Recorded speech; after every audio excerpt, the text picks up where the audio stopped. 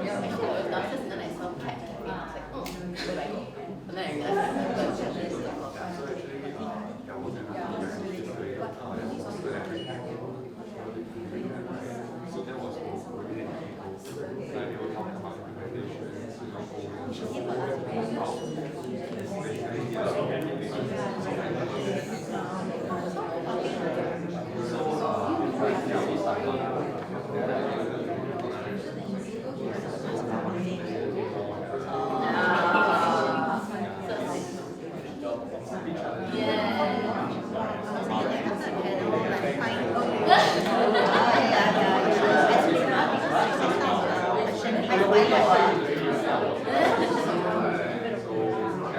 Okay, let's get started. Thank you for coming today, ladies and gentlemen. This is 𝒁𝒏𝒈, and a huge thank you for spending your Thursday evening with us today. And welcome to Agents of Change. This is a ground-up initiative that we have been doing because personally, myself and a group of people believe that this AI thing is going to be a little bit scary. So we are ready for digital inclusivity for people in Singapore. Okay, so really welcome. So today's topic is very exciting, which is redefining leadership in the age of AI.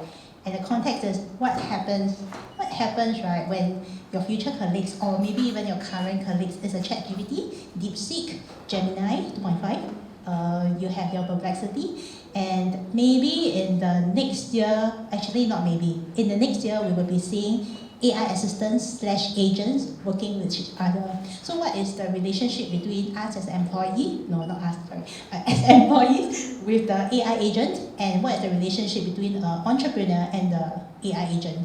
So leadership is something that I'm very thankful to the esteemed panelists here and my lovely moderator, right? Because today we can promise you a very diverse perspective on this panel, and if you have any questions, please feel free to ask. Okay, thanks. Yeah, so a little bit about Agents of Change. Can we go back to? Yeah, is it? Okay. Yeah. So we actually are a WhatsApp group. We have all the communications on our WhatsApp group. Feel free to scan this QR code to join. We are not making this very public yet because they're still relatively curated. And the point is to hopefully inspire people to ask better questions. Yeah, because moving forward, it is not going to be about who is executing what. It is going to be about who can prompt better. Feel free to disagree lah. Feel free to disagree. And I'm very, very excited to hear your thoughts in the networking session later. Okay, next please. So our vision is really to inspire fellow mankind to ask better questions, write better prompts, and be excited about the future that lies ahead. I think a lot of people will not be prepared, so I hope that everyone in this crowd will be prepared. Okay, so next, welcome Syed. Where's my Syed? Oh, okay. He's going to talk a little bit about vibe coding and 𝒁𝒐𝒏𝒈. So yeah, over to Syed. Yeah, hi everyone. My name is Syed. I'm actually a software engineer with a background in building parent systems. Okay, mostly with Python, JavaScript, all the languages that you guys have heard Okay, but today I'm here with a different capacity. So my idea is actually I wanted to actually let people know that you don't have to be a programmer to actually learn how to build powerful apps. Okay. So I actually wanted to introduce 𝒁𝒐𝒏𝒈 because I find that this is one of the best products out there in the market. I wanted to feature this product, okay, because what this product can actually do is it can actually help to create applications with no code. Imagine just writing English only, then it creates the app that you want, So with my technical background, I've seen how apps can be intimidating for people when they want to build it. But my job is to actually make it very simple and accessible for you to actually get started. 𝒁𝒏𝒈, can you help me go to the next slide? Oh, thanks. Okay, so the thing is, the idea of me trying to share you guys with 𝒁𝒐𝒏𝒈, I assume you guys are business owners, you guys are content creators. My objective is to actually help you guys to streamline sales, improve your marketing operations. Okay, so the idea is, imagine just writing English and your landing page is already built. Imagine writing English, your sales funnels are already built. Or in fact, if let's say you need your own I'm Syed, right? So let's say I want to create my Syed GPT, I can actually also do that. So how I also use 𝒉𝒍𝒐 to actually help me with speeding up like my productivity in my work. I use it as an internal tool to help me to save time and reduce my manual work. Sometimes, okay, this idea actually One-Way gave me. So I suggested to her to actually build like an app where she could use TikTok to repurpose content. So basically, let's say you saw an idea out there, then she decided that okay, I want to take this idea. Maybe it was about DeepSeek. Then I want to actually repurpose with my dialogue or with my style. Okay, so this is another way you can actually use 𝒉𝒍𝒐. And then lastly, if let's say if your work you have a lot of SOP, a lot of documents you need to like organize it, 𝒉𝒍𝒐 can actually do that. So I'm gonna work closely with 𝒉𝒍𝒐. I'm gonna work closely One-Way. So we're gonna like run a 2 days bootcamp. So feel free, take a picture of this if you're interested to actually sign up for the bootcamp. And I will actually run through with like how to actually do all this, in a very simple manner. Thanks. Thank you very much, Syed. So this is basically about vibe coding. So basically, if you don't know code at all or don't know any algorithm at all, now is a very good and exciting period to use 𝒉𝒍𝒐 to do some applications, which is actually very exciting. Okay, so now is the super exciting part. I'm handing it over to Visha. Visha is actually super young, so I'm very proud of her today. So enjoy the panel. Over to you, Visha. Thank you, One-Way. Okay, so all of you can actually scan this QR code and then you can get the questions on your own screens as well. And you can also start asking questions for the Q&A. So yes, feel free to scan the QR code.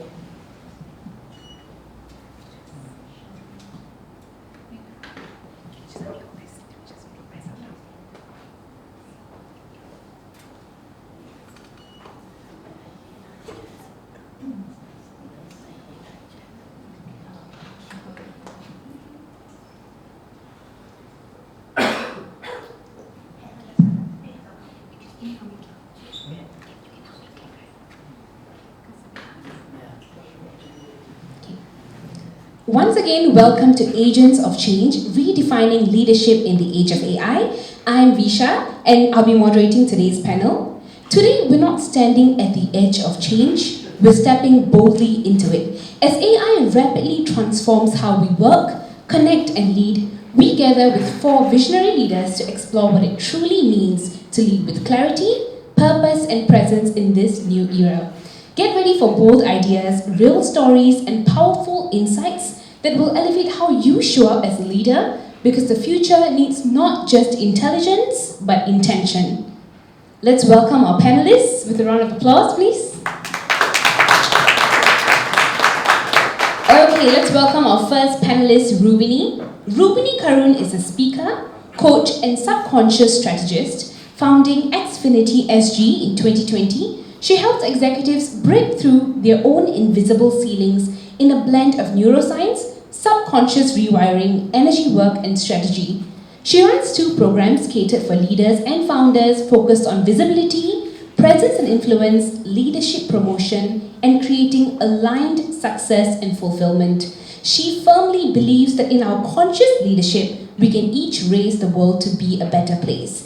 She's also an advocate for animal adoption and sustainability activities for clean water in the region. So let's give a round of applause to Rubini again. Our second panelist, Anne Fay, is an award-winning global leadership speaker, Amazon #1 best-selling author, and master coach with over 30 years of experience transforming leaders, businesses, and organizations. A former C-suite leader at IBM, MTV Asia, and startups, she has earned more than 50 prestigious awards for leadership, innovation, and business transformation. Today, as a trusted advisor to C-suite executives and founder of a leadership coaching firm, Anne and her team empower senior leaders and rising talents through her signature Career Accelerator and Awakened Leadership frameworks, helping them fast-track careers, lead with authenticity, and drive lasting, measurable impact. Let's give a hand for Anne. In today's fast-moving, high-pressure world, Delisha, our third panelist, offers a powerful perspective on leadership, one rooted in personal mastery and mindfulness. With over 28 years in the financial industry, she's not just seen the challenges leaders face, she has lived them. Her unique approach blends practical mindfulness with emotional agility, empowering professionals to lead with clarity, courage, and authenticity. She's also a firm believer that real transformation actually starts from within, and a foundation of mastering your game. Please join me in welcoming Delisha.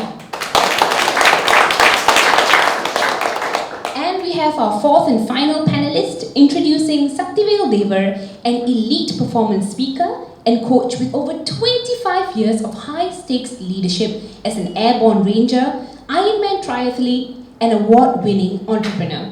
Dedicated to empowering professionals and leaders to thrive under pressure, he truly walks the talk. Just 3 years ago, actually, he completed another Ironman triathlon, celebrating the finish line by launching his latest book, The Elite Performance Blueprint, after an inspiring 60-day challenge. So let's give a hand for 𝒂𝒑𝒂𝒑𝒂𝒍, and let's welcome all our panelists. And of course, thank you to all of you for being here today on a Thursday evening. Really appreciate that.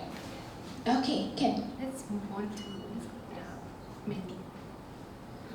Okay, let's dive into our first segment. So this segment is actually called Shared Insight. So here we actually explore the bigger picture and key shifts that leaders are facing in this AI-powered era. Okay, so let's dive into our first question. As AI reshapes the visibility landscape, how can leaders ensure their authentic voice still breaks through the noise? Yes, so we've got our panelists. So what do you guys think? Okay. So I think like with AI, now with Gen AI, we've got so many options for us to send our queries, do our prompts, and get ideas on how do we brand ourselves. But I think increasingly as we start to use AI, we need to not forget about our own authenticity, because the AI language, after a while, it becomes quite familiar to people who are reading it, whether is it generated off AI or is it yourself. Especially in the speaker circuit, sometimes I see speakers talking about certain points, but without the script, they're a little bit lost. And that's when the ideas are not really integrated with who you are. So I think that in your own personal branding is to always find out what makes you so special. So we can use AI as a prompt, but more importantly is to discover for yourself and ask your friends. Sometimes they are the ones who would share with you more so than what AI will tell you, which is from the general public. So I think that's one point. The second point is also about how do you want to differentiate yourself in your role, in your career? What makes you different? I think in this day and age with AI, we need to be strategic about how we position ourselves, because we are in a world of change. And what makes us different can quickly evolve away because data is available and speed is so fast that someone can catch up very quickly.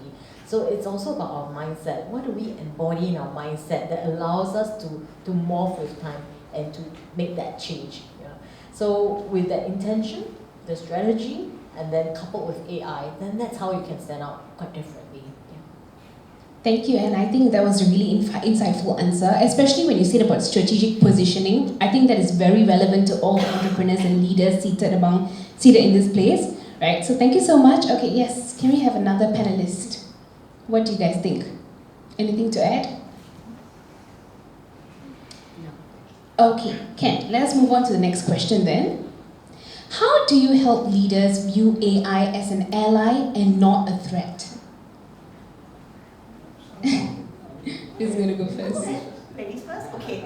Well, okay, for me, really, I think it's back down to human basics, right? Anything that's unfamiliar, you feel overwhelming, you naturally have that fear.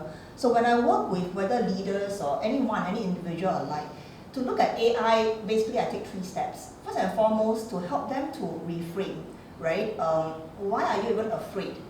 What about asking from, what is it going to do to me versus what can I make it do for me, right? So I always ask them a question. If you have a whole list of to-do lists, and frankly in this today's age and world, the number of items you are adding is faster than you are actually getting rid of, right? So if AI can actually do your to-do list for you, If you get 2 more hours in a day, what will you do? So it's really to be framed that, right? And number 2, back to the point, we are all humans.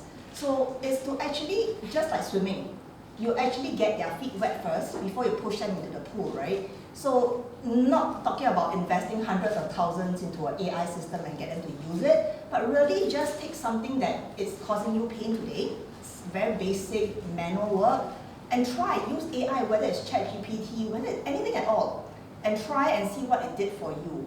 And to be honest, I'm not sure whether how many of you are actually feeling it, but AI can be very addictive, right? The moment you start using it and you see it works, you get hooked to it. And that's how basically I move them from getting your feet wet to jumping into the pool on your own, right? And the third thing about, I think, leaders is that there is something that we're all passionate about. Whether it's strategy, whether it's mentoring people, bring out the best of people, there has to be something we're passionate about as a leader. So it's actually to help them see that, look, with AI, it can actually take away the things that you hate, so to speak, and give you more time to concentrate on the things that you love. So now you actually get more time to do things that you're passionate about. Right? So with these little steps, it's really to just get them comfortable, and slowly you will realize that the addiction comes in. They will actually ease themselves in. So that's literally how I work with a lot of the individuals. Yeah, I would like to say that Alicia covered all my points. It doesn't work that way. So, I think you can see AI either as a game changer or a disruptor, right? If you think about it, it's like 2 people on a roller coaster. One person could be like laughing away, enjoying themselves, while the other could be like, you know, shouting or screaming out of fear. So I think at the end of the day is, what is the story that you tell ourselves? Is it a game changer, or is it going to be a disruptor where it's going to take away the human value? So I think this is key for every leader to think about and to really reflect upon. So I would say there are 3 core strategies that I use when I work with leaders. First is be very clear of the mission. Why do you need AI in the first place if you are going to embark on a journey to learn AI? You know, how is it going to be aligned to your organizational goal or your team's goal? And sometimes don't overwhelm yourself thinking that, hey, everybody is using AI, I should do it. Rather go and which tool will be useful for me to be more effective. If you think about it, right, since the days of, you know, I don't know, long before, leaders' biggest search is how can I be very, very effective with the minimal resources and time I have. And AI actually fills that gap. So instead of making or think that it's going to create things for us, we can think that it's going to assist us to create things. And we just had a conversation earlier, I had a conversation with Rubini about this. And second is reframing your thought. Don't see it as a threat, but look at it as an ally. Because the moment you see it as an ally, you will see the perspective of how AI can help you. I'm not going to go into the technical details, not that I'm very knowledgeable, but I'm a person who uses AI. Initially, I had this issue of AI, you know, it's going to take away a lot of jobs and everything. I was in that side of it, but after using AI and getting to know, I realized that actually not really. It's quite cool actually. The problem was I did not know much about it. And as humans, I think sometimes we see it as a threat when we are not aware of things. So it's about getting to know it, getting to understand AI. Take your time, your pace, and as I said, see which are the areas you need to look into that will be useful for you and take a step. And third one is mastery. Take a particular tool that's useful for you and start with that first. Take it slow and then from there build on it. So I think with that way you will start seeing AI as an ally rather than a threat. Yeah. Yeah, thank you so much for the answers, Delisha and Sakti. I think I do completely agree that AI actually becomes addictive over time. Initially, you're scared to use it, and then in a few weeks' time, you're like using it for every single thing. So yeah, I completely agree with y'all. Okay, yes. Can I go to the previous question? Ah, sure, no problem. Okay, Rubini's gonna add something for this question. Take the mic. Thank you. So I think for me, right, where I come from when it comes to visibility is that now it's so easy to train AI to be you, right? You can add your human-centric prompts. You can say, I want to be Cindy Crawford, now you know my age, and I also want to be a mix of a feminine Brad Pitt in my answer. So you can prompt AI to be you in visibility. So I believe when you think about your authentic voice, always think about how is my true power and authentic voice instead of how I would like to be my, how would my voice shaped me. So a lot of times when AI becomes addictive, like you said, AI is pulling us up to where we want to be. However, when we think about visibility and our authentic voice, think about how AI can empower your current voice. So enabling you and pulling you up instead of becoming something that you wish to be but you're not there yet. That comes to things like, oh, I'm not there yet, I'm not good enough, or imposter syndrome. That sounds better than me, ooh, I want that.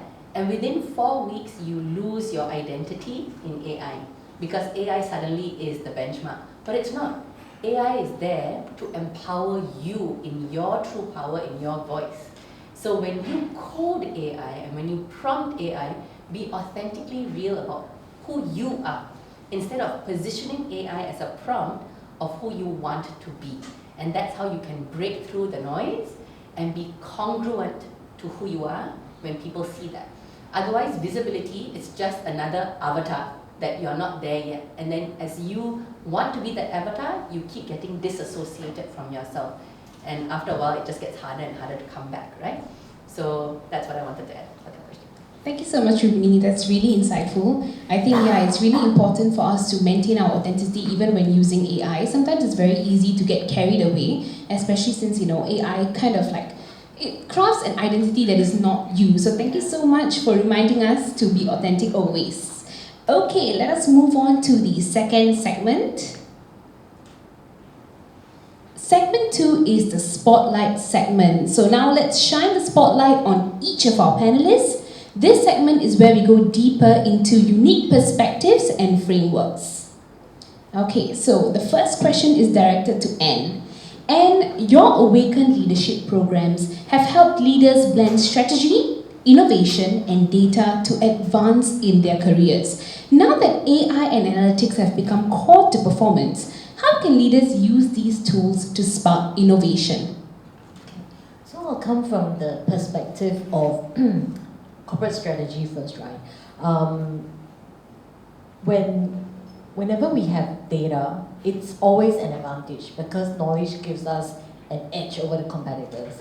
So even way back before AI became popular, we were already using analytics and predictive analytics so that we know even what our competitors are up to. Even like we did social listening on the elections and also a lot of predictions on brands basically out there. Social listening, we all have software as a service tools now using AI that we can easily access. When knowledge becomes common, then the next thing that we compete on is speed. But speed has also become a common denominator. Then what do? I think sometimes we still go back to the basic requirements of business, which is what is our strategy? What has evolved over the last couple of years is that we need to be very, very open-minded. So firstly, the strategy cannot be something that we hold on for years because the market is changing so fast that we need to not just adapt but anticipate. So what used to be what you call the blue ocean strategy is that we no longer compete with people where they are competing, but rather we look for new niches, new places, and that's when how you use the data to translate into something that you want. And that is very important for us to really understand what kind of data are we collecting and what is the insights telling us. And that goes back to what Wei was talking about. We don't have the answers. We need to be comfortable with the fact that we don't have the answers. Then how can we ask better questions? So it goes to like, what better prompts? But we need to ask what are the questions so that we can elicit the right information. And the other thing is, with the information, different competitors can have the same information. But who wins? The person that acts on it. So the ability to spot the opportunity, the ability to come up with a strategy, and the ability to act on it. So what requires that success is firstly your strategic mindset and also the openness. So as a leader you might be open, but what if your team is not open to change? Or if you're trying to drag a cow to the water and they're refusing to drink. So that open mindset culture has got to permeate your organization.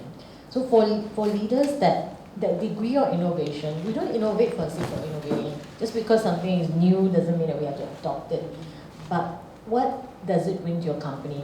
In the past, we talk about PE ratio, right? Profit over expense. How much are we growing the company? Today, if we're just talking about cutting expense, we're not going to make it. But growth has to come. Growing different revenue streams, different channels, because as you can see now, TikTok and all the live stream, that's taken over commercial shops. And we've been through the whole cycle of commercial shops to online to O2O, and then now the market is just evolving. And if we don't catch on fast, working with influencers and all that, we would have lost that huge chunk of the market. So that agility, the ability to work fast, it's so important.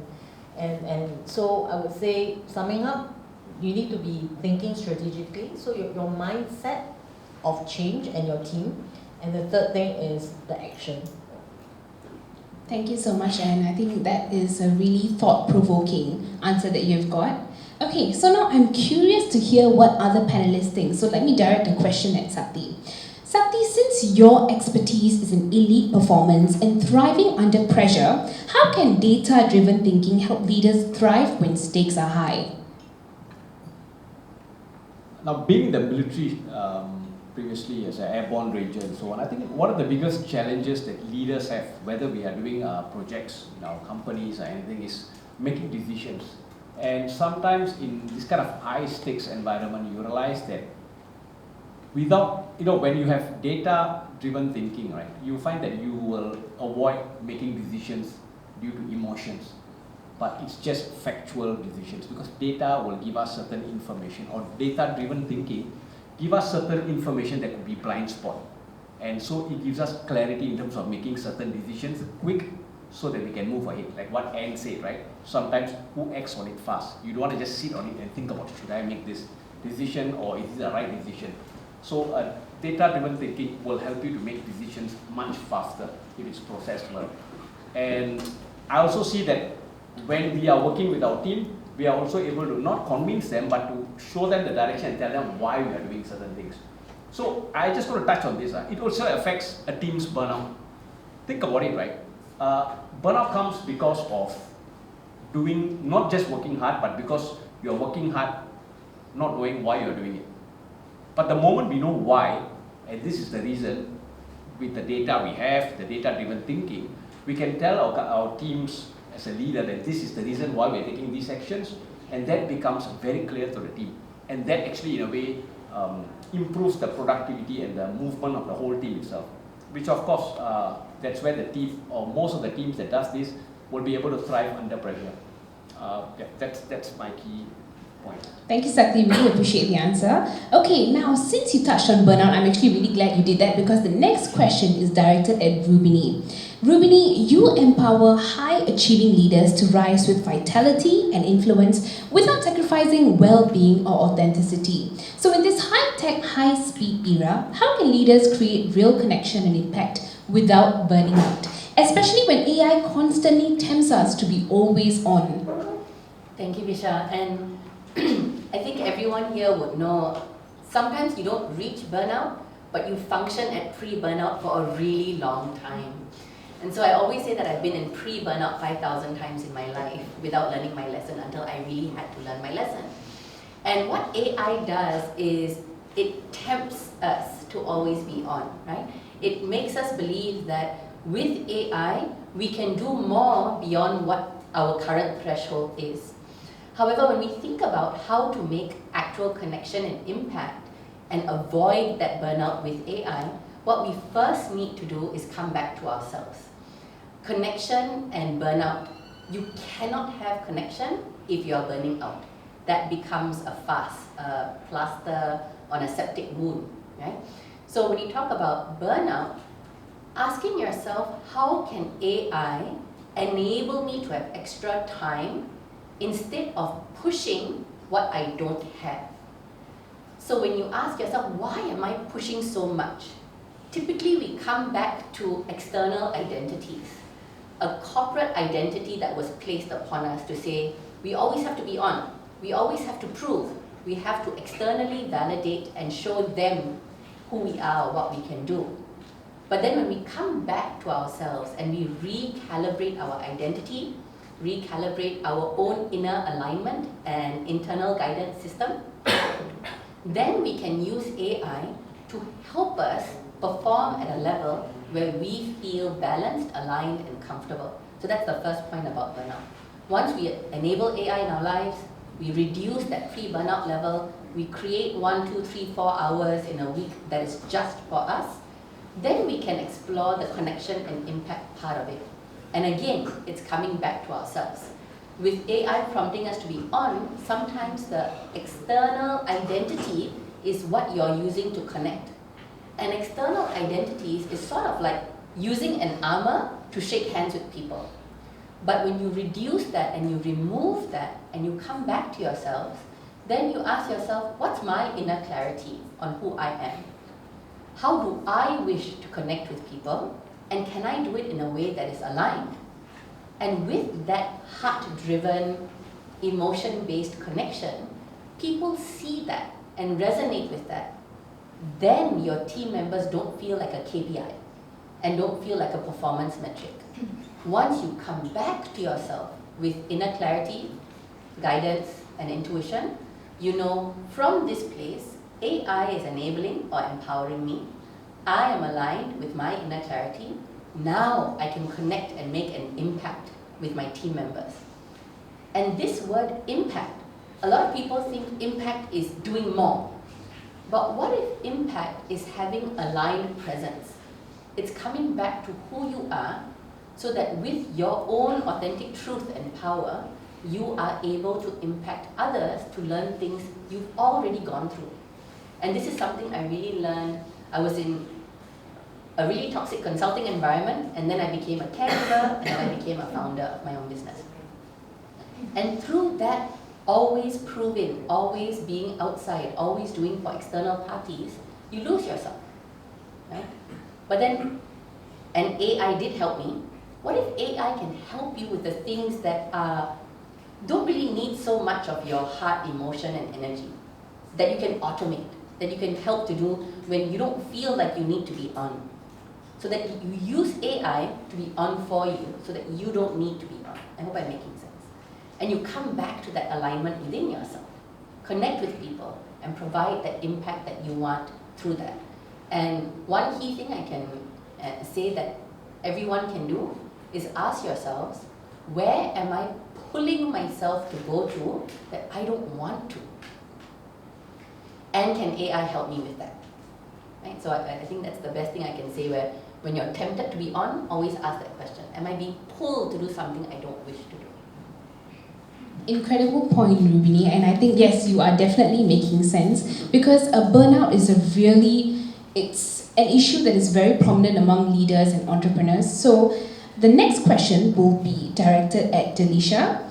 Delisha, how can leaders maintain impact without slipping into burnout, especially with AI pushing the pace? Okay, I think I really echo what Rubini said. You know, actually by the time you realize that you are in burnout, it's too late.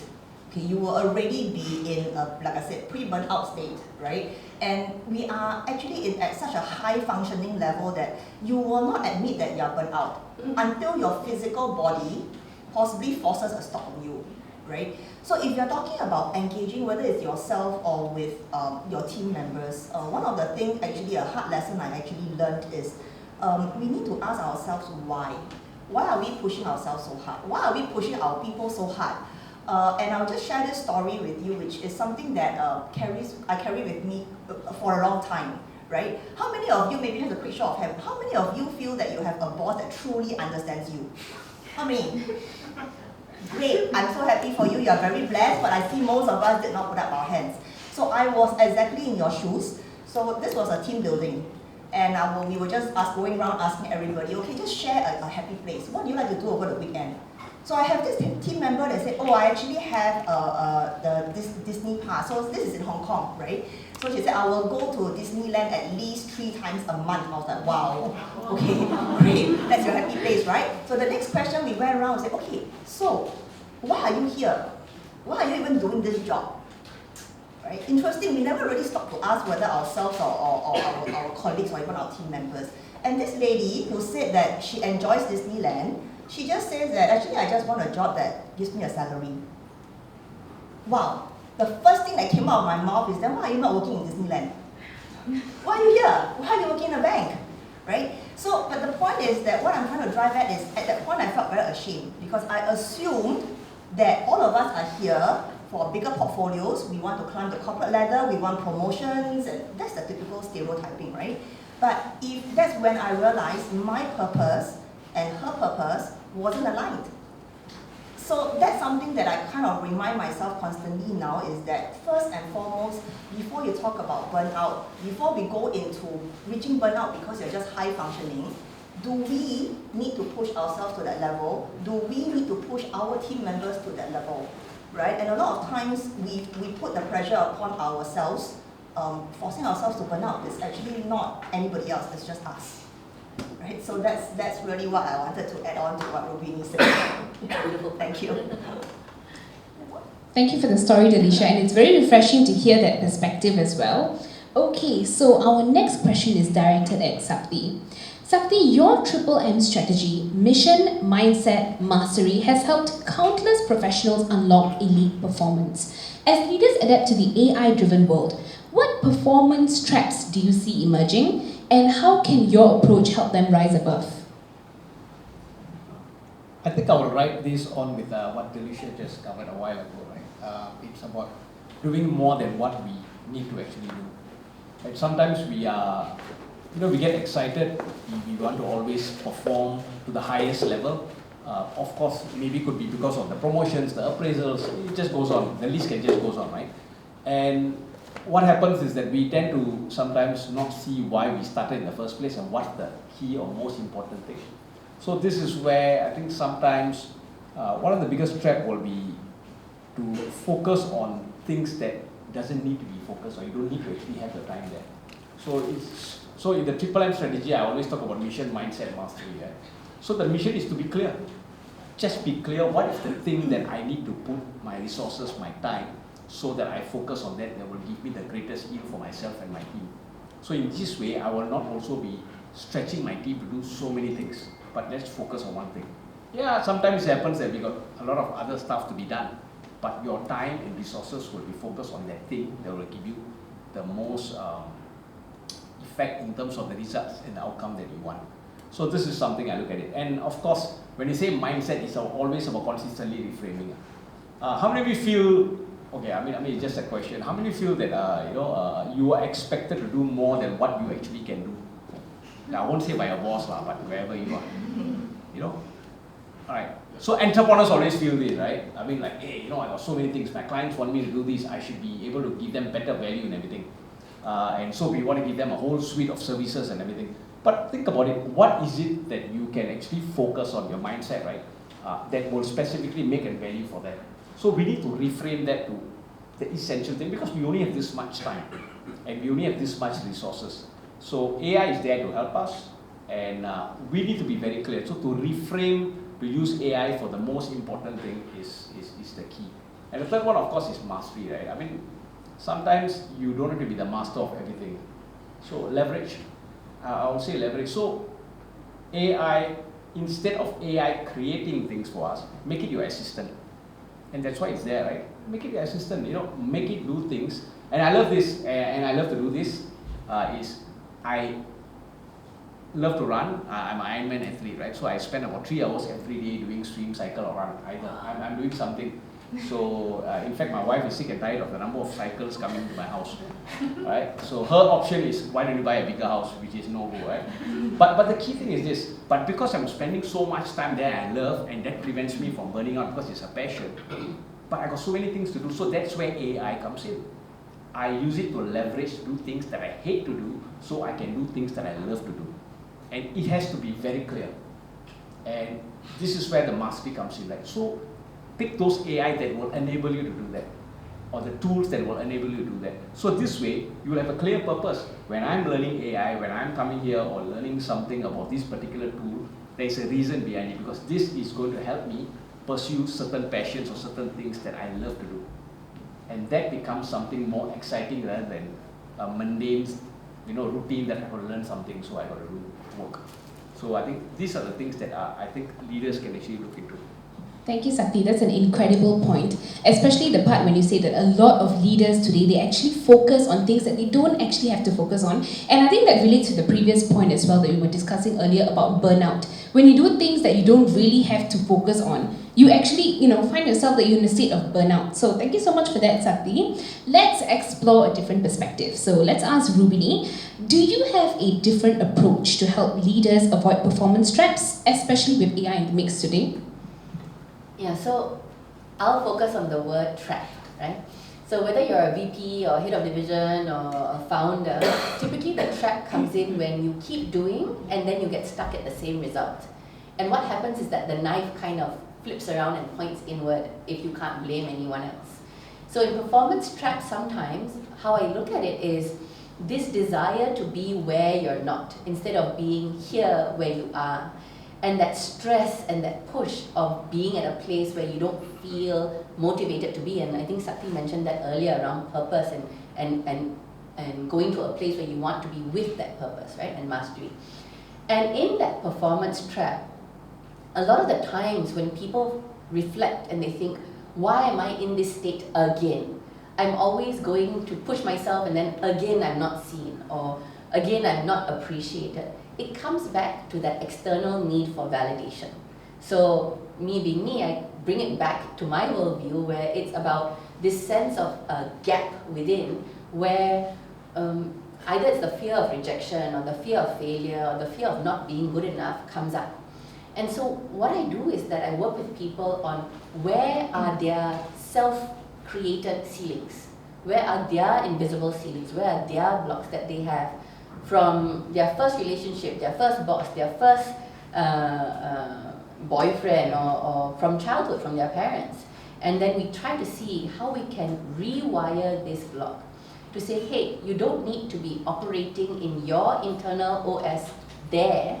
You can come back to where you are in alignment, redefine the success you want so that the performance you want to create is your own and you don't fall into that trap. So I think that's the perspective I bring in. It's always coming back to self and asking why you're falling into the trap. Because the trap doesn't just happen once. It typically happens multiple times before you realize it's a trap. I'll add a point to that. What I've seen with the clients that I work with is actually the other way around. You're so confident about what you do and you're so happy with the success that you're at, and you don't bother about your own visibility. And you even look at people who are on social media using AI, and even using AI pictures of themselves, and you say, I don't want to be there because it's not authentic. So if there's any one of you that is feeling like, I shy away from the visibility, all the more you need to shine. Because in this world where everyone's already out there, if you silence yourself and don't even show up for who you are, you're missing out a big part. Because today visibility is your calling card. No more name cards, no more. I mean, you can scan, but like, I have like 15,000 people on my LinkedIn. How would I remember who is who? But if you have something unique about yourself, let it shine, let it come forth. Use AI as a tool to enhance it, but don't shy away from it, because you need to be out there to let people know the wonderful work that you're doing. And I found something very disturbing recently, because I see a lot of senior leader panels and conferences, and we're losing a lot of our Asian leaders. They're disappearing off the visibility radar. I think there is a space for diversity, there's a space for different voices. But in one of the recent panel, I saw only males, not a single woman. And even if we talk about Asians, the Asian representation wasn't strong. It was very skewed towards one or two different races. So I wondered to myself, has AI led to the disappearance of true leaders who have a space to shine, but they're avoiding this limelight? So I strongly encourage you to find who you are, because there is something in the midst of this change that makes you unique. So whether you are constantly moving, you're adopting a new identity, you're picking up a new skill, or you're doing something really excellent, look for a point where you can be relevant in these new times. What can you add to the equation that shows that you are thinking differently, that you are open-minded? Those are the things that you try to develop more of. So use your Gen AI to help you talk to your friends, and try putting out some words out there. And social media is one of those things that unless you're a regular poster, no one's really gonna like or comment. But the funny thing is, all my clients that come to me through LinkedIn, they've never ever commented on my post or even liked my post. They are silently watching, and then they message me, "Can you help us do this?" So the applause and the applaud and the social media matrix doesn't make you successful. Sometimes it's a vanity matrix. And I fall for it. Oh, I only have so few likes. and recently, I actually went through a pre-burnout. I pulled my horses and said, okay, I gotta take a break. It's been 5 months. I've been to Bhutan and Pattaya, kind of enjoying myself. And I went from #3 career coach on LinkedIn to 50. I worried. I was like, oh, what's happened? But then again, sometimes we gotta let go of these vanity matrix, because what matters most is who we are as a person. We want to be a leader, we want to achieve, but we got to take care of ourselves first and really know who we are, what we stand for, and how we want to live our life.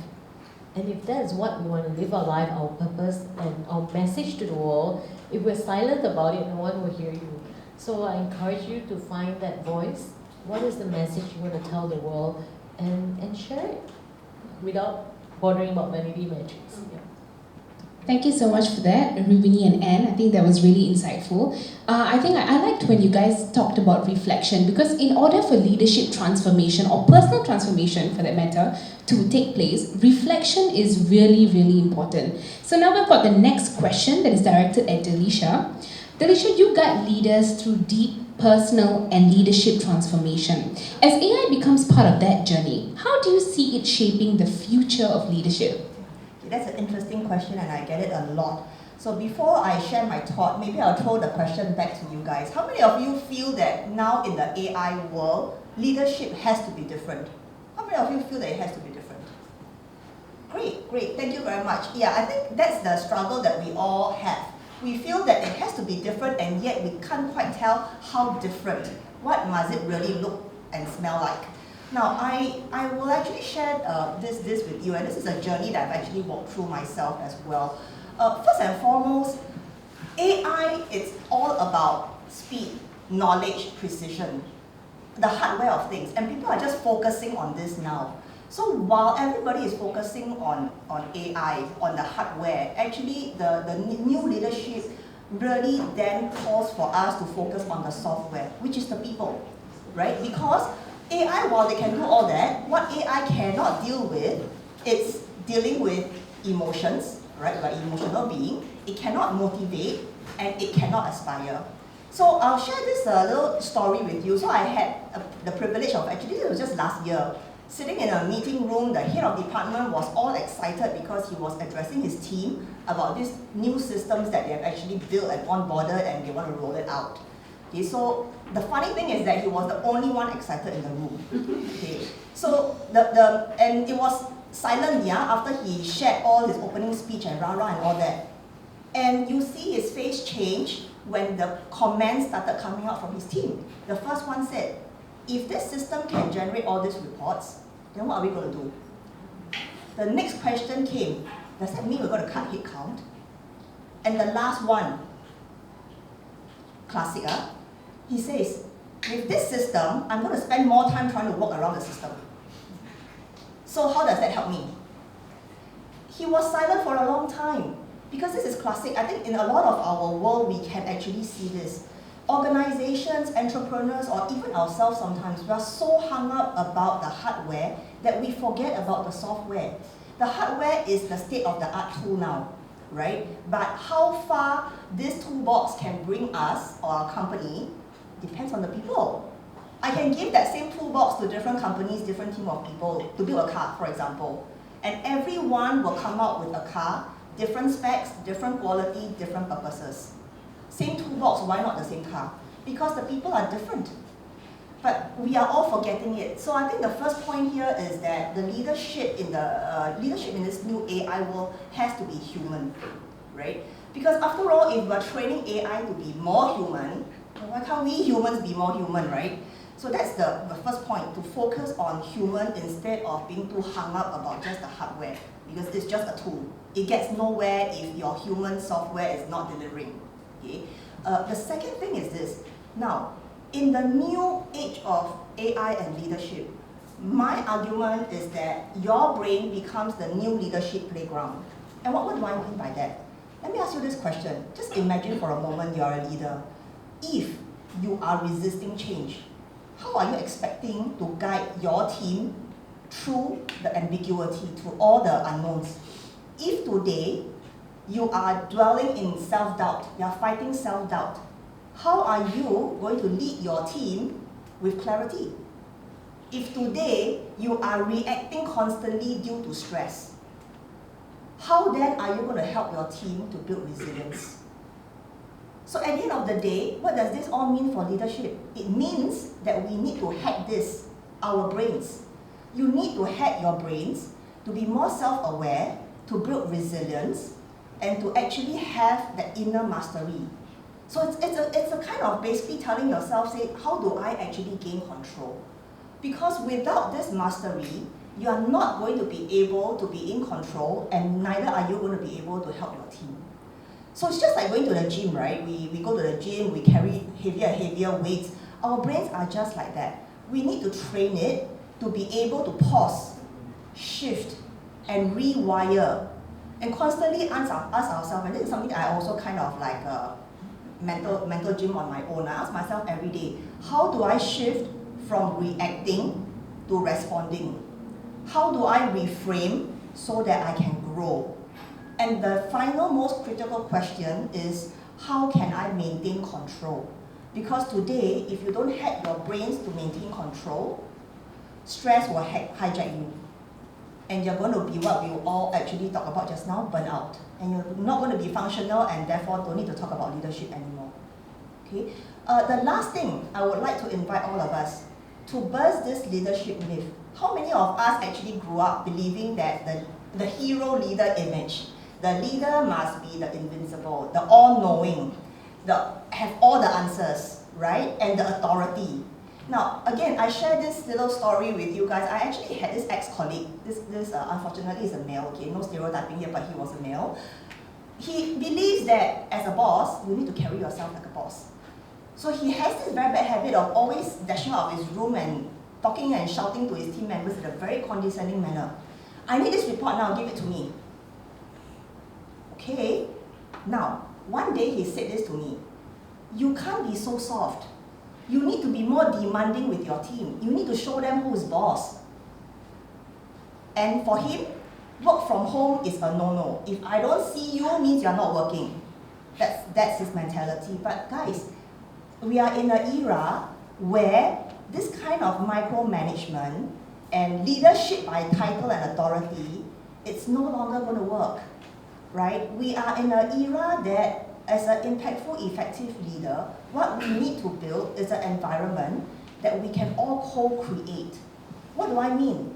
Machines and humans, baby boomers to Gen Zs, leaders and team members alike, we can all thrive, right? Because in this world and age where AI is churning out answers and developing faster and deeper than we can even catch up, how many of us today can say that at any one point in time, we all have the answers? I have all the answers. I know how to deal with every single AI tool out there. None. So if we are trying to outpace machines, it's a losing game. So it's time for us to basically stop and ask and create an environment for our team to say that, okay, now I'm giving you a safe space where the right answers can emerge, where we can all try, experiment, fail, and bounce back together stronger. Because if we are in an environment where failure is a no-no, right, there's no such thing as try, then how are you even going to explore all these AI tools? Imagine today, if you have a boss or a leader who keeps giving you the perfectionist vibes, right? I'm perfectionist standard, yeah? No such thing as failure. Will you admit that you're struggling? Will you admit that you need help? Will you even dare to try? Because by trying means that you may fail, right? Nobody's going to step up. And how are we going to grow? How's the business going to grow? None of us will. And what will happen is that the leader will start weighing on himself because the whole weight of carrying the team and the business is just on you, right? So in this era, I think the myth is really, please, there's no such thing as hero leader anymore. So let's just let the leadership mask drop. Let the team see the human behind the title, right? So at the end of the day, for me, I feel that with AI, how is it actually reshaping leadership? I will argue that it's not redefining leadership in any way. What AI actually did is to reshine a very bright spotlight on qualities that we have undervalued for the longest time. But today, these qualities are no longer soft skills or good to have. These qualities are actually required for our strategic survival. And I will just basically end by saying that a lot of times we hear people say that, oh, AI will only replace leaders who don't embrace AI, right? But I will say that AI, if you don't control AI, you will self-destruct. AI don't even need to replace you, you self-destruct yourself because you can't keep up. So in that sense, I would say, let's focus back on human, don't be too hung up about the hardware, and the leadership in the next era will really be about how we connect and how we manage people. That's my sharing. Thank you. Thank you for that, Delisha. I think you really hacked my brain with that one. Now, yes, so moving on to the next speaker. So I've got a question for Anne, actually. Speaking of leadership transformation, Anne, what advice do you have for those aspiring to become C-suite leaders? I think that's really specific to what you do as well, right? My opinion about leadership is that every one of us is a leader, just what we lead, right? To be C-suite, it's many people. Some people aspire. Some people actually don't aspire to be C-suite because I think we all measure success very differently. But for those who want to move up to C-suite, one thing that you cannot not have is the ability to say, I don't know. We have grown up thinking that, as you say, the leader is a hero. Not anymore, long gone. We need to admit that we will never know because things are changing so fast. What we need to do is to find people who can help us. And that is why leadership is not a lonely game. You've got to have your whole ecosystem of people that you can leverage on. And the game is also changing because, as you see, AI does take away some jobs. For example, like copywriting, you probably can't charge as much money as you used to because now AI can generate 100 copy versus a human can. New jobs are arising, like we see social media manager, SEO manager. So even we look at the whole organization, the kind of job roles that are coming up are totally different. So people need to switch. And as a leader, you need to be able to see that entire plan of view.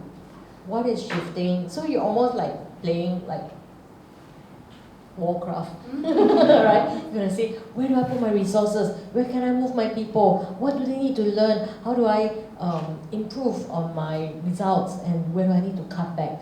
So you almost need to be a strategist, and you need to be thinking about this every day and have the passion to deal with the change. But if you don't want to deal with the change, then you can move to the compliance side of the organization where, these are the set of rules. If you don't comply, I'll smack your head. And there are people who do very well in the board directors because that is still needed in organizations because we still work with a lot of laws, compliance, regulations because we still need those clear lanes to operate. So whether you want to move into C-suite, one thing I'll ask is, are you growth-oriented, or are you more into managing processes and compliance? Because two are very different mindsets. And I don't profess that we all can do both. Because if you put me in compliance, I'll dial for them and I'll fight the system. I'm probably those kind that will find the grey between the black and the white, right? So if you're the kind that can beat a path out of a forest, then go for the growth-oriented roles. Look for roles that help you to grow revenue, new markets, new job roles, restructuring.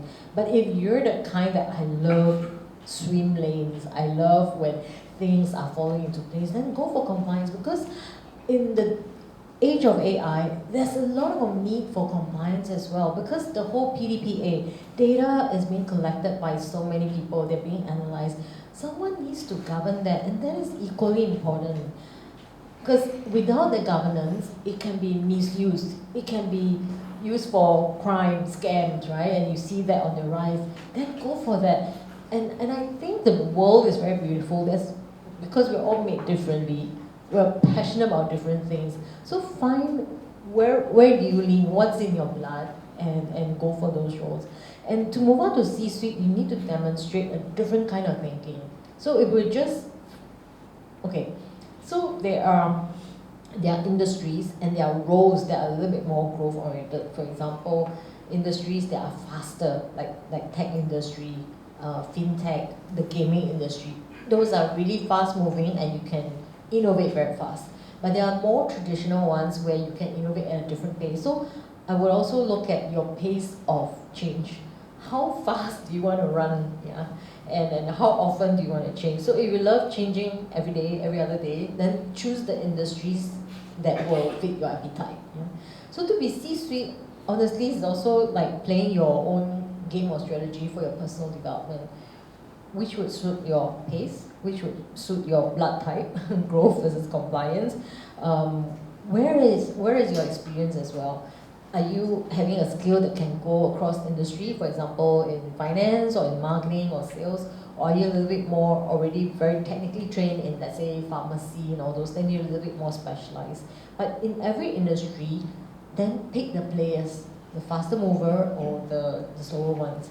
Like when I was at IBM, we were already using AI for facial recognition. And 8 years ago, we had implemented facial recognition as well as emotion detection in retail store in one of the countries. So when you walk into a convenience store, we already know your name, what you like to buy, and the salesperson is already prompting you, hey, would you like to buy something else? And based on your facial expression, we know whether you had a fight with someone else in the car before coming into the store, or you really hate the salesperson in the store.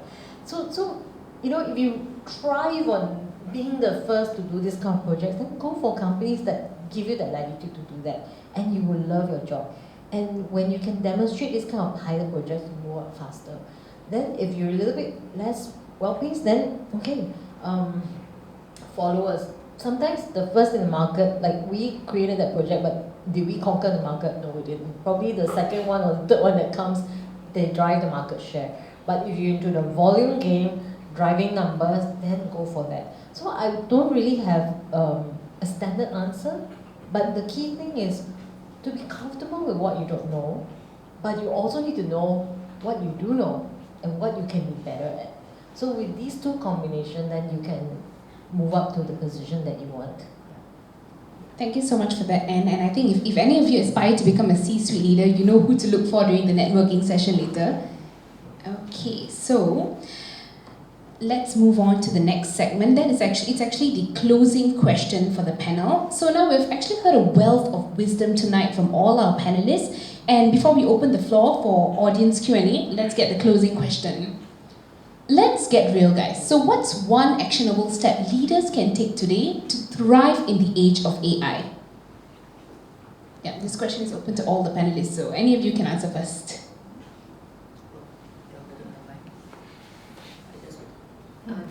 Okay, I think that one step, personally for me, the first thing is actually to rewire and reframe your mind, right? Because everything starts here. If you do not actually have that self-awareness and you cannot control your mind, because how you think, how you process information drives your decisions. Your decisions drive your actions and everything else flow. So it all starts here. So I think the first action that we can actually do, AI or not, really is to rewire our brains first. self-aware. And I think the biggest step that I see, the biggest game changer, it's really to try and find a way, self-awareness basically, to move from reacting to responding. Because of the pace of things that's actually happening, especially today, you realize that a lot of us end up reacting a lot more than in the past. So everything that hits you, you are reacting. You have no time to process. You have no time to think, should I actually react this way? Should I actually even reply email? A very simple litmus test. How many times you read an email that triggers you and you say, I need to reply this straight away, and after you click the send button, you regret? Right? That's basically reacting. So with the pace of change that's hitting us, we end up reacting a lot more. Stress is hitting us, you react.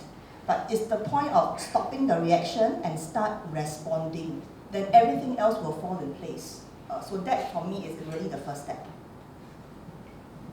I think I can go for this next. I think one of the things that I can advise everyone is, does anyone use AirPM for ChatGPT here? No. Okay, my first mover is for like 3 years ago, is it? Okay. So one of the things, or 70% of some of the prompts on AirPM is human-centric article, human-centric essay, human-centric SEO improve something. 70% of the prompts on AirPM. And that goes to show that the decades that we've had, the drilling that we've had to do more, to be more robotic, is over. Right now, if AI is being coded, taught, and prompted to be more human-centric, it is more important than ever before to come back to yourselves to understand how you can be more being in your human beingness, right? And so understanding with your inner clarity, how do I want to release any fears that I have that I can't be as good, or any fears that I have that I can't surpass a certain threshold that we have, is very important to look into first. So not to be external, to be internal, and to know that in your internal OS, you already have it all.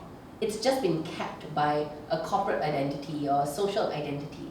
To let that go, come back to your power, ask yourself, what is your true inner clarity and alignment, and how can you get AI to empower that so that you're not chasing another level that is outside of you. So bringing it back to you is what I would say. Yeah, I would say one of the actionable steps will be control the controllables. And one of the things as a leader that we can control is our actions. Right? We can decide, we have a choice. There's no such thing as there is no choice. We always have a choice. So take some time to really sit down and ask yourself, what is the thing that's important to you, your purpose? If you need AI to assist you, then what would be the one thing that you want it to be there? And why? I think this question is sometimes not used enough. Why do I need AI in my life? Why do I need AI in my work? And how can it help me? So the moment that clarity is there, then we know what is the right tool and what is the right way of using the tool. And with the limited time, which is one of the key resources for leaders, then we can straight away dive into where you want to actually put your time on which particular tool or which particular key area in using AI. So I think the clarity part is important, right? So I think take some time to reflect. I would really say take some time to reflect, because there are a lot of information being passed on. And I think information is just raw data, right? I think at the end of the day, it's about taking what is important to you. And sometimes doing too much change could be very overwhelming. Now, I'll tell people, right? I mean, you think about it. In January or December is the highest rate of gym sign-ups, right? It's like after Christmas this year, my resolution is to lose weight. We have the highest rate of sign-ups, and by March you see the sign-up rates go down. If you've taken a 2-year or 1-year package, then too bad. The sign-ups are there, but you are not being there. But what changes, right? I mean, the human mind, right? They are not able to see progress.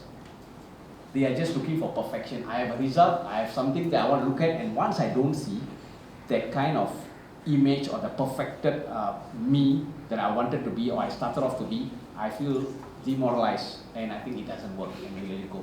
So I think it's about progress. And this starts when we are clear why we are doing it.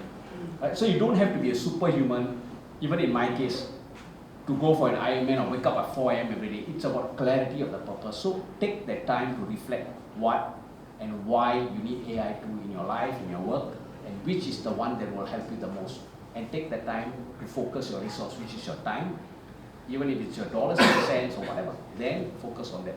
So that would be my point that I would like to share. Thank you. I'll say the one thing we can do is breathe. And breath is the difference of what we have versus AI. Technology, any of that, you can unplug. But when we sit with ourselves and breathe, we come back to who we are. What makes you happy? What makes you tick? What runs in your blood? So I think at the end of the day, and I've been so guilty of it, chasing and chasing and chasing. And I said, okay, wait, I gotta stop doing and start being. I gotta stop chasing and start attracting. But at the end, I feel that I just needed to sit and breathe.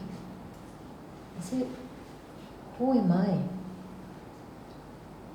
What do I love? What makes me tick? And then I'll look and say, that works for me. This doesn't work for me. And when you can breathe, that's when you have that space and time and the latitude to really decide what's next for you.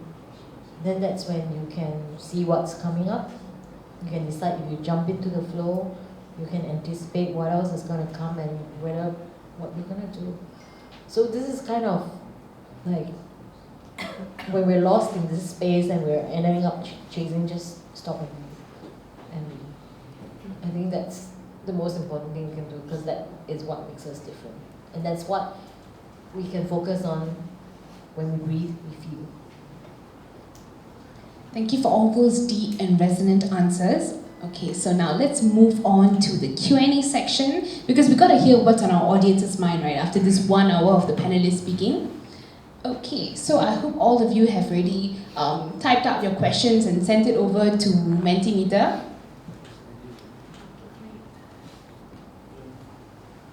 Okay, so the first question, let's see. Can someone just define what is the visibility landscape in the first place, please?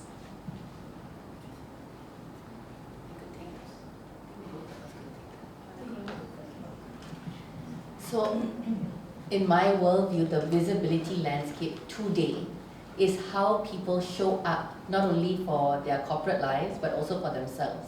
And when we talk about visibility, especially in a leadership promotion or career advancement perspective, a lot of the times people who are given the opportunities are the people who have visibility.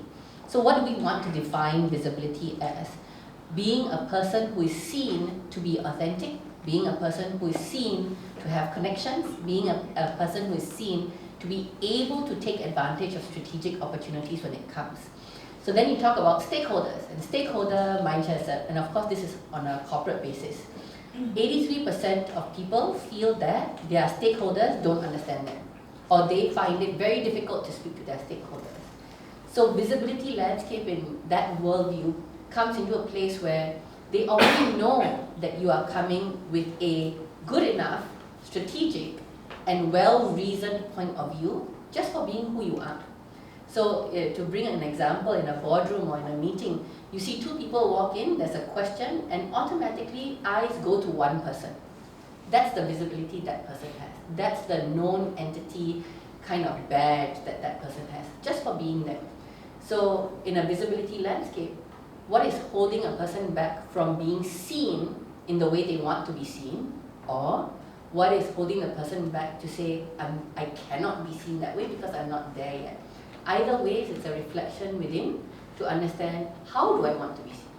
Do I even want to be seen? And if a person is very happy doing, a data job where they feel confident and proud of themselves and their brilliance to augment data and to create a data report that really shifts an M&A deal, great. But for some people, they want that visibility.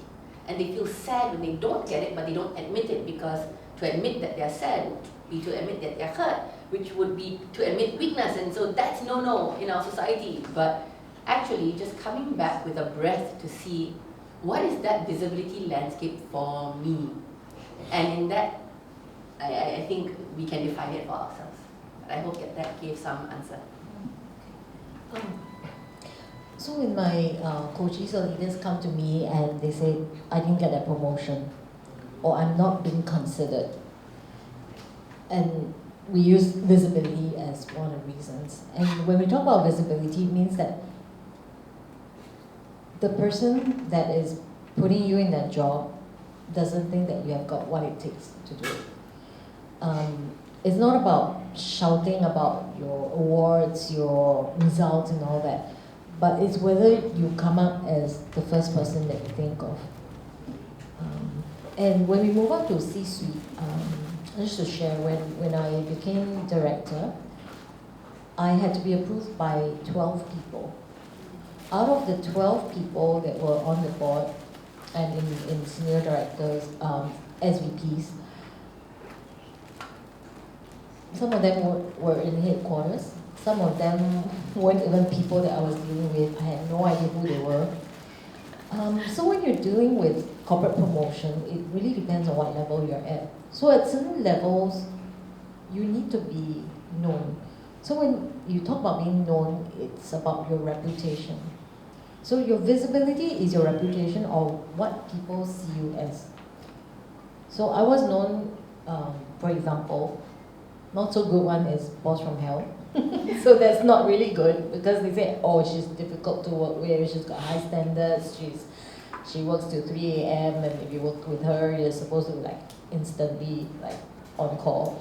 But I also have a reputation where I can turn around the results. Give me any difficult situation, I'll turn it around. And it was because of that visibility of that reputation, I had a lot of jobs offered to me within the organization. Which is also because I was boss from hell, so I could do another boss from hell. Yeah. So, I mean, I didn't actually wake up one day and decide that, hey, I'm going to be boss from hell. But it's because of my makeup. You see, I'm very soft-spoken, right? But actually, I'm an iron fist in a silk glove. If you stand out in the boardroom and challenge me to a project, you all walk out giving up. So there are certain aspects of your personality and the way that you work that gives you that persona of who you are. But if you have no character, no personality, then very hard to build a reputation. But work with something that you have. If it's positive, great. If it's negative, how can that work for you?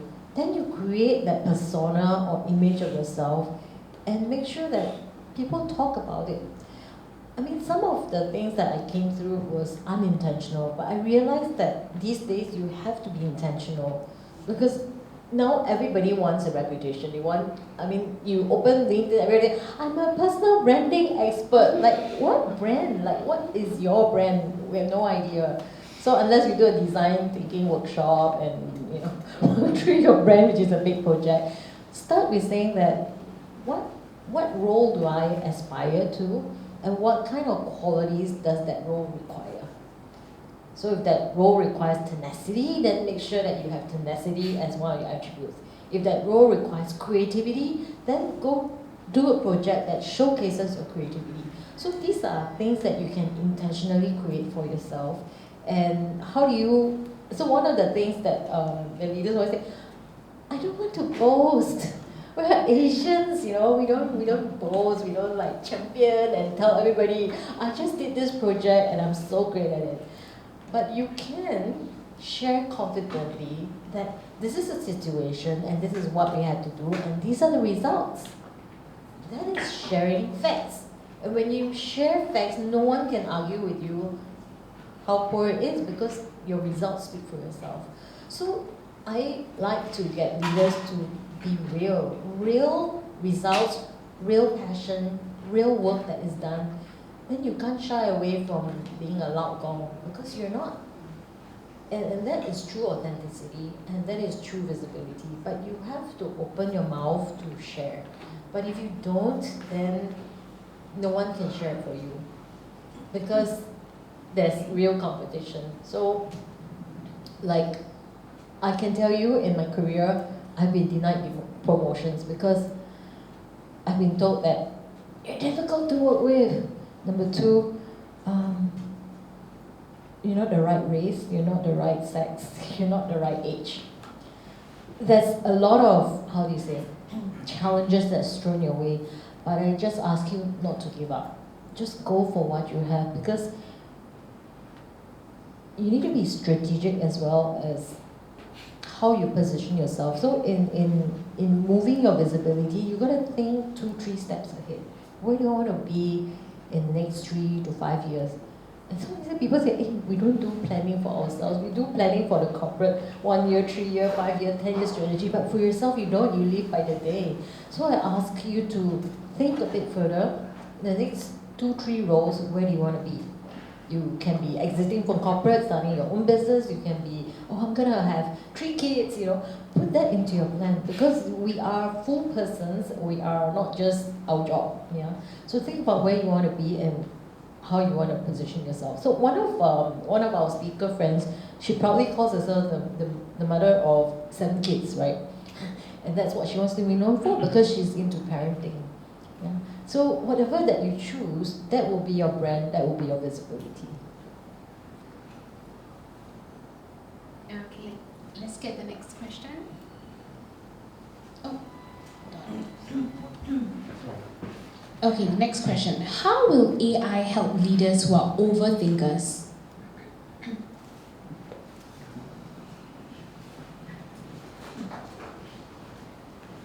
I'll give a very short answer. If a leader can realize they're overthinking and make AI their friend, they can help themselves say stop. That's it. That's my answer.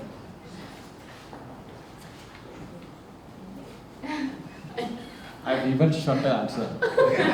In life, don't overthink. And you don't need AI to tell you that. Alright, yeah, I'm in line with what 𝒂𝒑𝒂𝒑𝒐𝒓𝒆 said, right? I think sometimes we don't need AI. I mean, as I said, right, yeah, today we are here to talk about AI. But not, AI doesn't give us everything, right? So this is again back to us as humans. If we are talking about, today people talk about work-life balance, or I don't know if people are still talking about it, but I think there's no such thing as work-life balance, right? It's about work-life integration, or living life by your design. But I think overthinking doesn't get you anywhere. I mean, that's the first thing, right? The realization overthinking is not going to bring you anywhere. So you don't need AI to tell you that. There are numerous books over the years that have already told you that don't overthink, just do. Do it and get it wrong, learn from it, it's a feedback and move on. So overthinking is just like fear, right? It's like fake evidence or false evidence of assumed reality. So just don't overthink. That would be my short answer. Can I give it a go? I would actually challenge you on the contrary. If you think that you're overthinking, drop AI. Because if you try to throw questions into whether it's ChatGPT or anything, they're probably going to throw you another 10 other questions. And you're going to be even going down the spiral of overthinking. So if you feel that you're overthinking, grab a friend, a human, right, that knows you or can just be your sounding board and let you just throw out whatever you have in your mind. So please do not, already overthinking, please do not add another 10 more points into your long list. So stay away from AI. I like how all of them answered the question without overthinking. Thank you, guys. Okay, moving on to the next question. As leaders use AI, I see AI as also a mirror that reflects and amplifies both your strengths and weaknesses. What are your thoughts, guys?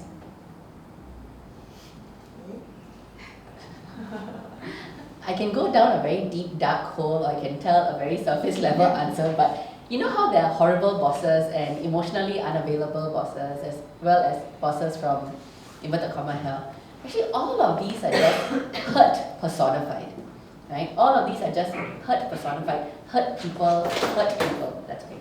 Hurt people. And so when you say, how does AI mirror and reflects and amplifies strengths and weaknesses, actually, it's absolutely true that if a person is coming from an emotionally unavailable or insecure place, AI is going to show that. because it's not going to be congruent to who they are, and there's going to be a gap. And in that way, the strengths that the person has can also be amplified. And so as always, my answer is to come back to self and to create that congruence, create that inner clarity. And if you don't know how, like Anne said, having that breath to say, where am I? I'm here. What do I want in life? In true mindfulness, what do I want in life for myself? Because once AI comes in front of you and that mirrors out, you're not just impacting yourself. Typically, you're also affecting and impacting your family, your team, your bosses, whoever it is. So the mirror effect actually ripples outwards, like a pebble in the pond. So I feel like before using AI, understanding what do you need in this time and space. Do I need something that helps me be productive? AI can answer or analyze or craft a framework, sure. But do I need something that's more for myself? Then stop and come back to you, instead of using that gap or weakness and inputting it into AI. And a slightly different perspective. I think that when we sometimes have a lot of weaknesses, we can actually, I think I learned this from one way. You type into AI all your weaknesses and you ask them to generate all your strengths. Because they are mirror image. What is your weakness is your strength. What is your strength could also be your weakness. And it kind of gives you a very balanced view of who you are, and you choose what you want to attack. Those are some really interesting points.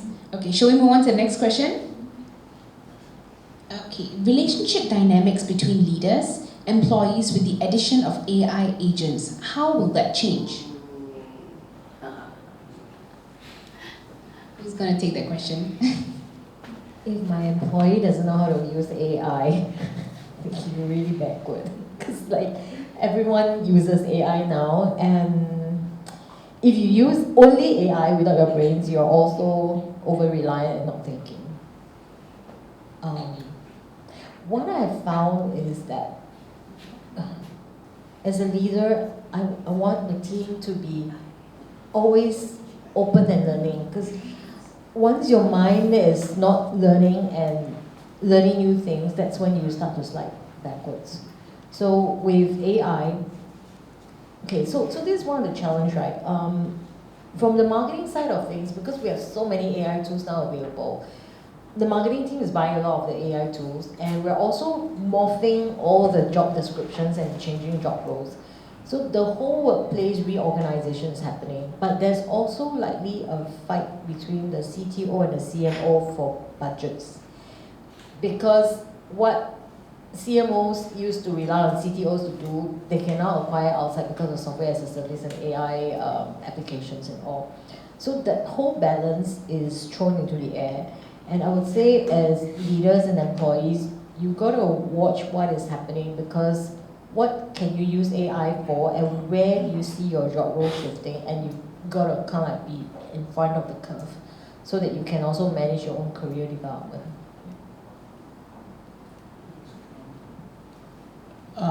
As much as I would always love to see opportunities, I see a bit of threat here that leaders got to be more cautious about. See, sometimes it's a relationship, right? Leaders and employees. Like, again, when I said earlier, I came in a background where, as a leader in the military, the relationship is more than just, working with each other, but it's about life and death, right? It's a trust. It's the element of being valued. So, in a corporate environment, same thing, right? Our employees or our team want to be valued. So, the moment we give them this persona that AI is giving the solutions and you are not good enough, I think this can happen. It's like, I just went to ChatGPT, I went here and I had this issue and AI solved it for me.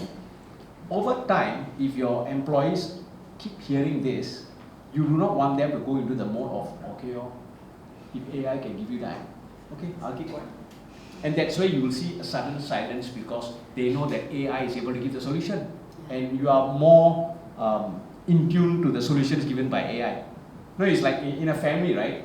When the elder child is always praised, the younger child is, okay, since he's good, then I'll just keep quiet. You praise him all you want. So this could happen, and we got to be very conscious as leaders.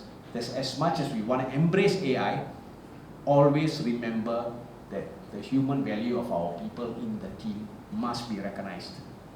their voices must be heard. They must feel that they are heard. So I think this is important. Even if we have an awesome solution from AI, it is open for them. It should be open time for them to really give their views. I think this is something that we're going to be consciously doing this, because this will not, you will not see the effect now or immediately, but over time, it will start eroding this relationship between you and your team. So we're going to be very conscious about that. Yeah. I think I don't have an answer, but I'll just share a story. And whoever wrote this, I just posted it on my LinkedIn. I went out to a round table. There were 12 people who were CTOs and CEOs, and they had been one of the first movers in wanting to adopt AI within their companies. And these are people who had spent $250,000, $500,000 to try and do that for their entire organizations. And the theme or the sensation around the table was, we moved too fast. We've just wasted all money. We have these AI agents, and someone said, again, age, but you know the haystack that goes across the barren cowboy movies? So they say, AI agents are like those haystacks. No one uses them. No one likes them. No one wants them.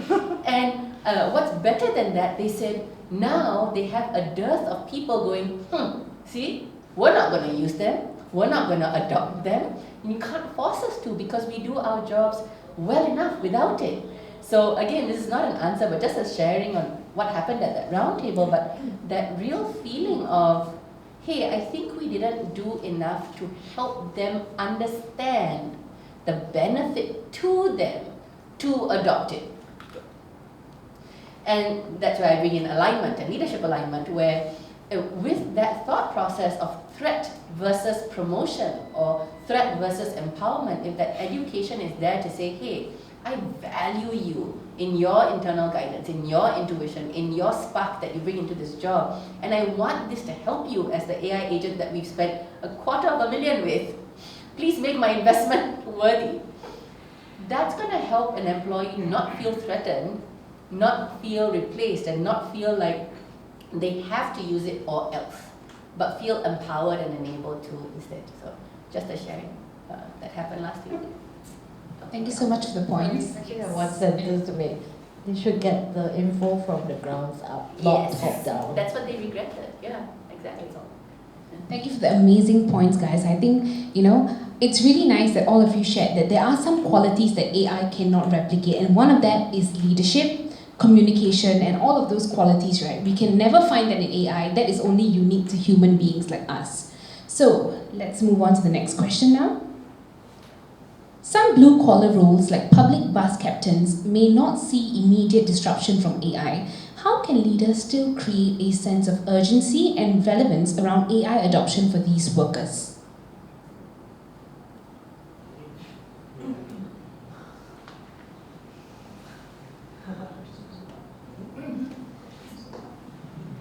The thing is, AI, as I started earlier on, at the end of the day, AI, let's not overthink AI. There's actually a lot of things that's AI already.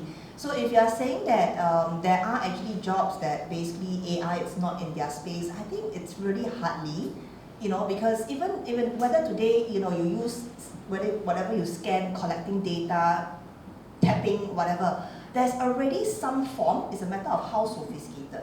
Right? So I think back to the point that at the end of the day is helping them to see how using even the smallest form of technology can actually help improve either the quality of their life, right?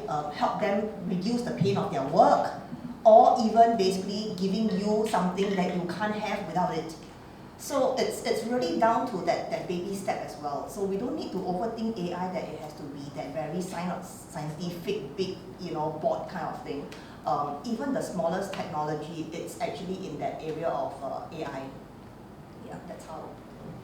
Again, I'll share a story, maybe not for bus drivers, but this was for a different public transport.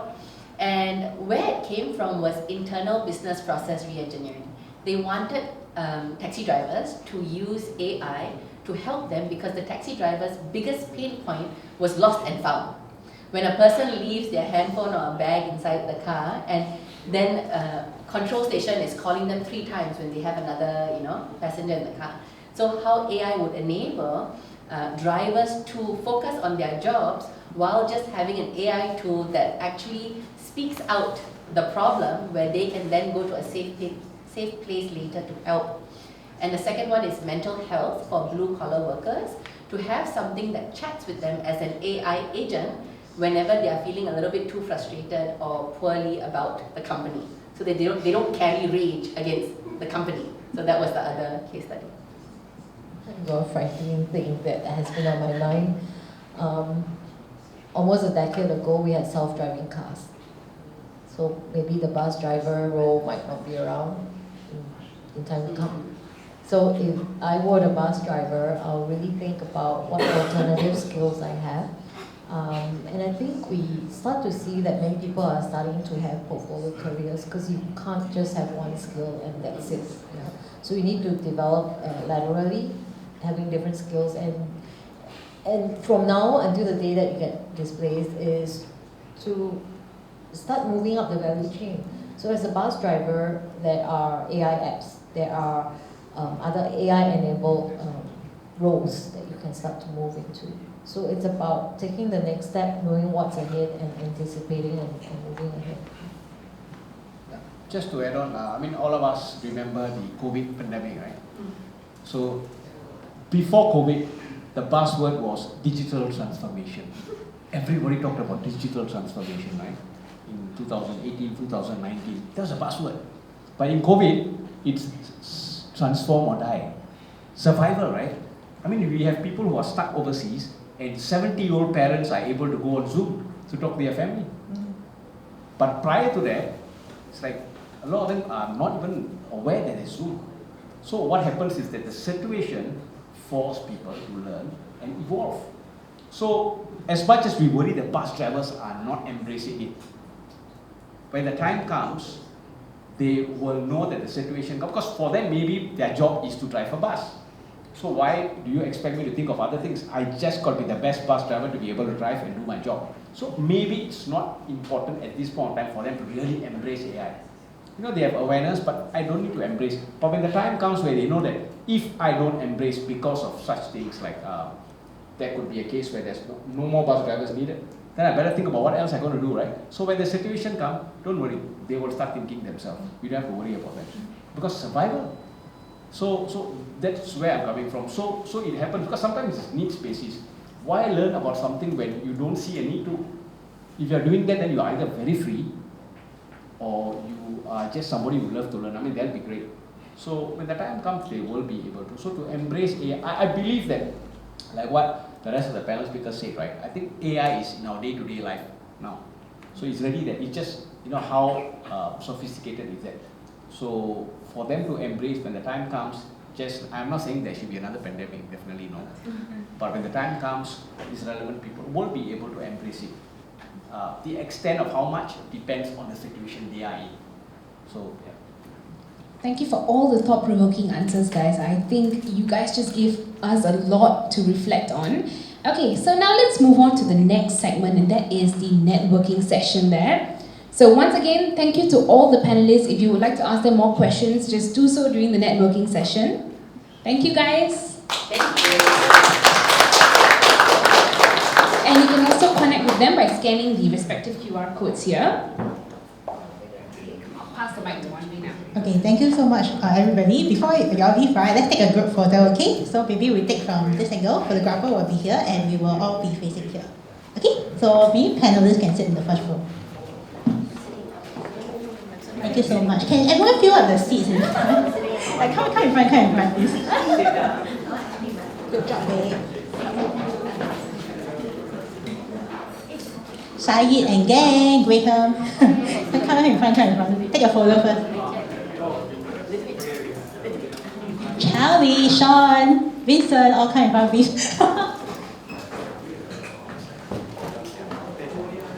Thanks a lot. We will do a formal pose, then we'll do a fun shot, okay? Thanks a lot. Thanks, EK. Kai. Okay. Okay, so first we will do the formal shot, the more professional one. Professional, don't suddenly go and put a runny face on it.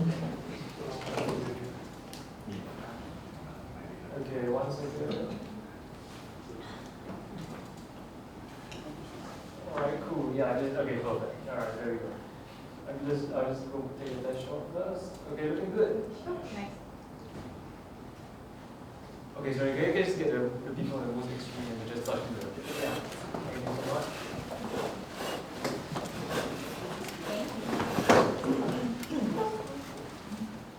Alright, excellent.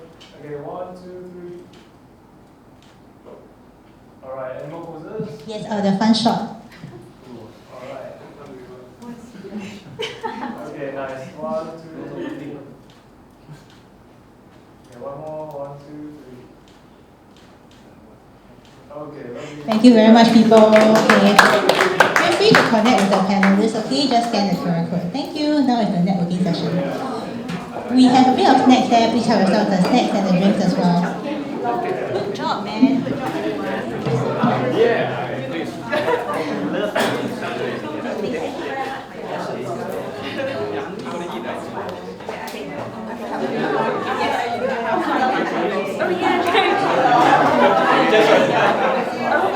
Very focused, vision oriented.